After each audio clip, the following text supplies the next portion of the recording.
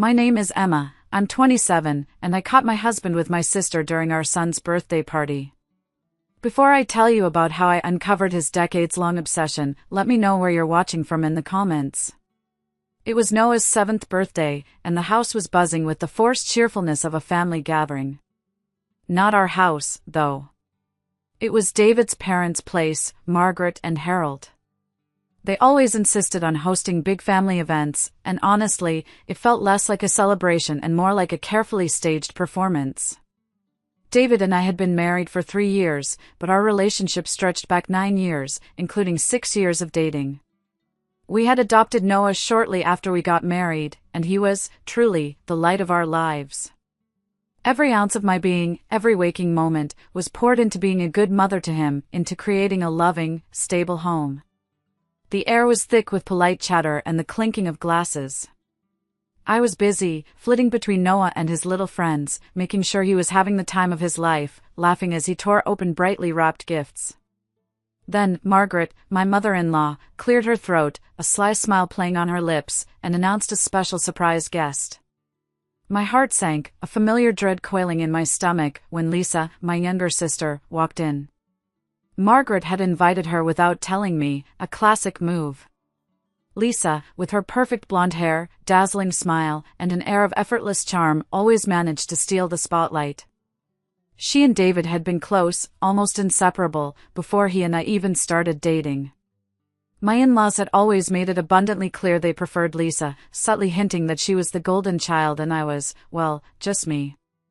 The constant comparisons, the veiled criticisms, they were a background hum to my life. As the party started winding down, the moment arrived for the birthday cake. I looked around for David, but he was nowhere to be found. A quick scan of the room confirmed Lisa was also gone. A cold, heavy dread settled in my chest.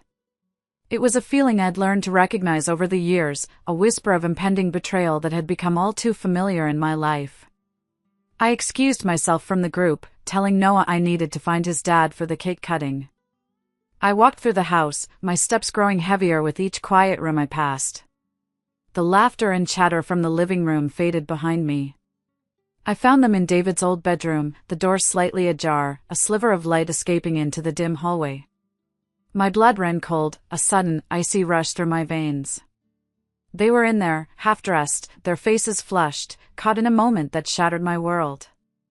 It felt like a punch to the gut, a physical blow that left me breathless, gasping for air that wouldn't come. But in that agonizing moment, something profound shifted inside me.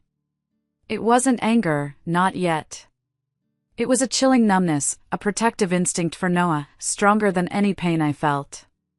I couldn't let his birthday, his special day, be ruined by this ugly truth. I closed the door as silently as I'd opened it, my hands trembling so violently I had to clench them into fists. I walked back to the living room, forcing a smile onto my face, a mask of composure. I gathered everyone, my voice surprisingly steady, and we sang happy birthday to Noah. We cut the cake, opened the rest of the presents, and David remained conspicuously absent. I kept my eyes on Noah, his innocent joy a fragile shield against the swirling chaos and agony in my mind. Every laugh, every smile from him, was a tiny anchor holding me together. Finally, as guests started to trickle out, David and Lisa reappeared, looking disheveled and undeniably guilty. David, with an unbelievable audacity, had the nerve to scold me for cutting the cake without him. That's when the numbness finally broke, replaced by a sharp, bitter retort that surprised even myself. "I'm sorry," I said, my voice flat, devoid of emotion. "I thought you were busy getting into my sister's pants." The words hung in the air, thick with unspoken accusations. I grabbed Noah's hand, told him we were going to a hotel, and walked out, leaving David and Lisa standing there, their faces slack with shock, the party's remnants scattered around them. That night, after Noah was finally asleep in the hotel room, exhausted from his birthday, I cried in the bathroom until my eyes burned and my throat was raw. I called Thomas, my oldest and dearest friend. He was the only one who truly understood, who didn't judge. He just listened, his quiet presence on the other end of the line a lifeline in my darkest hour. The next morning, I tried to act normal for Noah's sake. We went out for breakfast, then to the park, trying to create a semblance of normalcy. But my mind was a whirlwind of questions, pain, and a growing sense of betrayal. David wouldn't stop calling, texting, begging for forgiveness, flooding my phone with apologies that felt hollow. Then came the calls from Claire and Jason, our mutual friends, their voices dripping with concern that felt more like judgment. "Emma, you can't just throw away your marriage over one mistake," Claire pleaded, her tone laced with disapproval. Jason chimed in, he was weak, it was a lapse in judgment. "Don't break up your family for a moment of weakness. Think of Noah." Their words felt like a betrayal in themselves, a dismissive wave of my pain. They pushed me to forgive, to think of the family, to prioritize a facade over my shattered dignity.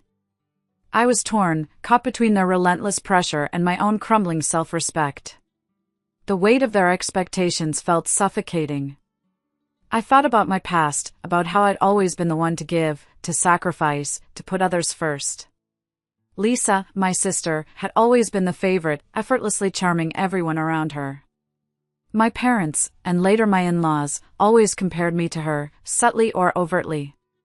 When we were kids, she'd always been jealous of any attention I got, any small success. I remembered countless times helping her through tough spots, covering for her when she got into trouble, tutoring her for exams, even lending her money when she was struggling with her college fund payments. Yet, she always found a way to make me feel less than, to subtly undermine me, to claim credit for my efforts. My in-laws, Margaret and Harold, openly favored Lisa, praising her looks, her supposed accomplishments, always wanting David to get back with her. It was a constant, subtle erosion of my self-worth, a slow chipping away at my confidence. David and I had adopted Noah, and he became my entire world, the anchor that kept me grounded. I dedicated myself to him, to making our home a loving, nurturing place. But looking back, David had started to resent the attention I gave Noah. He'd make snide remarks, saying I was too focused on the boy, that I was neglecting him. It was clear now that he saw Noah as a rival for my affection, not a son. This wasn't just about a one-time mistake, it was a pattern of disrespect, a deep-seated rot in my relationships. This affair with Lisa, it was just the final, ugly manifestation of a lifetime of being taken for granted, of being used and discarded by the people who were supposed to love me. The realization was a bitter pill to swallow. I decided I needed to talk to David, truly talk, without Noah present, away from the hotel. Dean, another good friend, offered to take Noah for the night, a silent understanding passing between us. When David arrived at the coffee shop, his eyes were red-rimmed, his voice hoarse, playing the part of the repentant husband. He confessed it wasn't the first time he and Lisa had been together. The first time was 2 years ago, when he'd visited his parents alone. Then, he dropped the bomb, his voice laced with self-pity. He blamed me. He said I'd become too absorbed in Noah, that I'd neglected him after we adopted our son, that I'd pushed him away. The words hit me like a physical blow. This wasn't remorse, this was blame, pure and simple. He was saying it was Noah's fault. "I want a divorce, David," I said, my voice steady despite the tremor in my hands. "I can't trust you."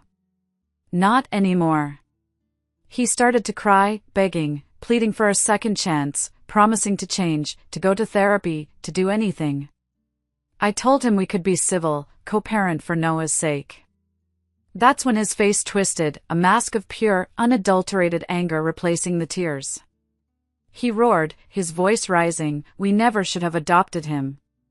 He ruined everything. He ruined us." The raw hatred in his voice, directed at our innocent son, chilled me to the bone. It was then I knew, with absolute certainty. This wasn't just about a broken marriage, it was about protecting Noah from a monster, a man who saw his own child as an inconvenience, a rival. The next few weeks were a nightmare, a descent into a living hell. David started stalking me. He'd show up at my office, lurking outside, his eyes burning with an unsettling intensity. He'd call me from blocked numbers, sometimes just breathing heavily, sometimes whispering chilling texts saying I belonged to him, that I was his property. I was terrified, not just for myself, but for Noah. Thomas, bless his heart, moved in with me for a while, just to make me feel safer, his quiet presence a comfort. I immediately started the divorce proceedings, hiring a lawyer, a sharp, no-nonsense woman named Sarah who understood the gravity of the situation. I also sought a comprehensive restraining order against both David and Lisa. I needed legal protection, something concrete to shield myself and my son from this escalating threat. David's messages grew more disturbing, more unhinged. He'd reminisce about how dependent I used to be on him, how I needed him for everything. He'd say I wasn't his anymore after Noah came into our lives, that I'd become too strong. Then, he started bringing up my past illnesses, those mysterious bouts of fatigue, nausea, and brain fog that plagued me in the early years of our marriage. Remember how sick you used to get, Emma? How I was always there to take care of you, to nurse you back to health? My blood ran cold. I'd had a series of these unexplained illnesses, leaving me weak and reliant on him. Doctors couldn't pinpoint the cause. But those symptoms had vanished, almost miraculously, after we adopted Noah, after I started taking care of myself more, cooking my own meals, managing my own medications. A terrifying suspicion began to form in my mind, a chilling thought that made my stomach churn. I reported David's escalating harassment to the police. Detective Morris was assigned to my case. He listened patiently as I recounted everything, from the affair to David's chilling calls and the unsettling hints about my past illnesses. He helped me file for a comprehensive restraining order against both David and Lisa, ensuring they couldn't come within a certain distance of Noah or me. During his investigation, he uncovered more evidence of David's long-term surveillance, details that made my skin crawl and confirmed my deepest fears. He found digital footprints, old social media posts, and even security footage from my old apartment building that showed David lurking. Then came the unexpected blow, a calculated move from David. He suddenly demanded 50-50 custody of Noah in the divorce proceedings. This was a man who had barely shown interest in Noah before, who had just blamed him for our marriage falling apart. I knew it wasn't about Noah, it was about getting to me, about maintaining control. He was trying to drag out the divorce, to keep me tied to him, to continue his twisted game of control. He was using Noah as a pawn, and it fueled my determination to fight even harder, to protect my son at all costs. The situation spiraled further. David's behavior grew more aggressive, more public. He showed up at my workplace, screaming that I belonged to him, creating a scene that drew horrified stares from my colleagues. Security had to intervene, but he waited outside, lurking in his car, a menacing shadow. I had to take time off work, not just for my safety, but for Noah's. I couldn't risk him seeing his father in such a deranged state. My suspicions about my past illnesses intensified. I remembered David always preparing my meals, bringing me special vitamins in a small, unmarked bottle. I consulted a doctor again, desperate for answers, but without concrete evidence, it was just a theory. Yet, the timing of my recovery, right after Noah came and I took back control of my life, was too coincidental to ignore. One afternoon, while packing David's things to move them out of the house, I found a small, locked metal box hidden deep in the back of his closet, tucked beneath a pile of old clothes. It was heavy, surprisingly so. My heart hammered in my chest, a frantic drumbeat against my ribs. I remembered seeing him with a similar key once, a tiny, ornate thing. I searched frantically and found the key hidden under a loose floorboard in the closet, just as I'd suspected. My hands trembled as I unlocked it, the click echoing loudly in the quiet room. Inside, I found hundreds of photos of me. Not just recent ones, but photos from years ago, from when I was just 14 years old. David would have been 24 then. They were candid shots, taken from a distance, at school, at my old house, at a high school dance, even at a funeral I'd attended. My blood ran cold, a sudden, horrifying realization washing over me. This wasn't just an affair, this was something far more sinister, a decades-long obsession. I immediately called Lisa, my voice shaking with a mixture of rage and terror. I confronted her, demanded to know the truth, the full, ugly truth. In a flood of tears and panic, she confessed. David and she had broken up years ago, before he and I even started dating, precisely because she'd found these very photos. She admitted he'd been obsessed with me since that school trip to his hometown, where we'd supposedly met by chance. He'd orchestrated our meeting, our falling in love, every step of it. Lisa, driven by her lifelong jealousy and a twisted desire to win against me, had gotten involved with him anyway, knowing his dark secret. She even confirmed he'd sometimes talked about keeping me safe by making me weak, which solidified my fears about the poisoning. The pieces of the puzzle clicked into place, forming a horrifying picture. In the metal box, beneath the stack of photos, I also found a small, leather-bound diary. It was David's. My hands trembled as I opened it. The contents made my stomach churn. He had meticulously documented every step of his obsession, every chance encounter he'd orchestrated, every manipulation. And there it was, in chilling detail, entries about the special vitamins he'd been giving me, the ones that kept me dependent, the ones that made me sick. He wrote about how he enjoyed seeing me weak, how it made me his. This wasn't just a betrayal, it was a calculated, long-term assault on my mind and body. The day of the divorce and custody hearing arrived. The courtroom was packed, a tangible tension in the air.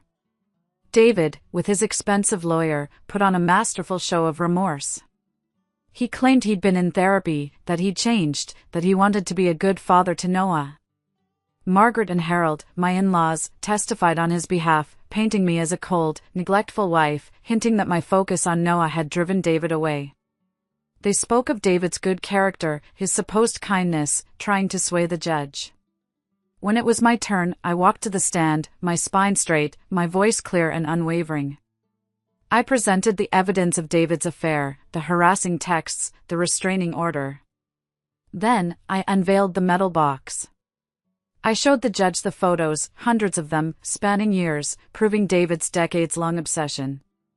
The courtroom gasped, a collective intake of breath. David's face went white, his composure shattering. I read excerpts from his diary, detailing how he'd planned our chance encounters, how he'd manipulated situations to get close to me, how he'd orchestrated our entire relationship. Then, I read the chilling entries about the special vitamins he'd been giving me, the ones that kept me dependent, the ones that made me sick. The words hung in the air, damning and undeniable. Rachel, my colleague, came forward as a surprise witness. She testified that she'd seen David put something in my drink at a company event years ago, something she'd dismissed at the time but now realized was deeply suspicious. My doctor's testimony confirmed that my past symptoms were consistent with chronic, low-level poisoning. David exploded, screaming, trying to lunge at me, but the bailiffs quickly restrained him. Lisa, pale and trembling, tried to deny everything, but her recorded confession to me, which I also played for the court, sealed her fate. Margaret and Harold looked on in horror, their faces a mixture of shock and denial, still trying to defend their son, but the evidence was overwhelming, undeniable. The judge's gavel slammed down, a resounding thud that echoed through the silent courtroom. MO1. David was stripped of all parental rights, granted only supervised visitation, and the permanent restraining order against both him and Lisa was upheld. My in-laws were publicly shamed, their reputations tarnished. It was a complete victory, a moment of pure, unadulterated satisfaction, a sweet taste of justice. After the trial, I met Margaret and Harold one last time. They were still in shock, still trying to make excuses for David, clinging to the illusion of their perfect son. I looked them in the eye and told them David wasn't the man they thought he was. I laid bare his decades of stalking, his attempts to poison me, the depths of his manipulation. I told them I couldn't forgive them for enabling him, for constantly undermining me, for choosing his twisted version of love over my well-being. I cut ties with them completely, severing the last threads of a toxic family. This was my divorce from their influence, a clean break, a declaration of my independence. I also met Lisa. There was no warmth, no forgiveness in my heart. Just a cold, hard truth. I told her how her jealousy had blinded her, how she'd allowed herself to be used by a monster, and how she'd betrayed me in the cruelest way possible. She looked devastated, her perfect facade crumbling, but I felt nothing but emptiness. I told her our relationship was over, permanently. She had to live with the consequences of her choices, with the shame and the guilt. The months that followed were a journey of healing, a slow but steady climb towards peace. Noah and I moved into a small, cozy house, a place that felt truly ours, filled with light and laughter. Noah, with the consistent help of Dr. Rebecca, slowly began to understand and heal from the trauma. He started smiling more, laughing freely, his innocence slowly returning, his trust in me growing stronger every day. I focused on my career, pouring my energy into my work, determined to build a secure future for us. I earned a significant promotion and a substantial salary increase, proving to myself and everyone else that I was capable and strong, far more than David ever gave me credit for. I started therapy, processing years of emotional abuse and betrayal, learning to trust myself again. I also began a blog, sharing my story anonymously at first, then more openly, to help other women who might be trapped in similar situations. It was my way of turning pain into purpose, of finding meaning in my suffering. One sunny afternoon, at my favorite coffee shop, a place that had become my sanctuary, I met Michael.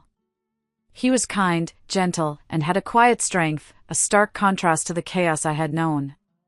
We started talking, just friendly conversations at first, about books, about life. There was no pressure, no manipulation, just genuine connection. He wasn't a replacement for David, he was a new, healthy presence in my life, a symbol of the peace I had found. Our friendship blossomed, slow and steady, built on mutual respect and understanding.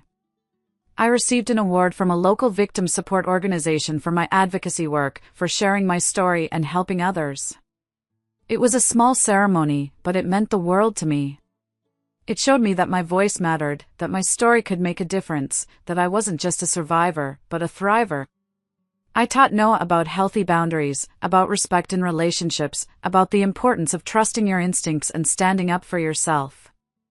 I wanted him to grow up knowing his worth, something I had to fight so hard to reclaim for myself. Today, Noah is thriving, a happy, well-adjusted little boy. He runs into my arms, his face bright with unburdened joy. "I love you, Mom," he says, and my heart swells with a love so pure, so unconditional. I sit in my garden, watching him play with Michael, a gentle smile on my face. My life used to be a labyrinth of betrayal and heartache, but I found my way out. Every scar is a lesson, every tear a step forward. I've learned that my worth isn't in someone else's acceptance, but in the strength within me to stand up and fight for myself and my son. We're planting a rose bush together, Noah, Michael, and I.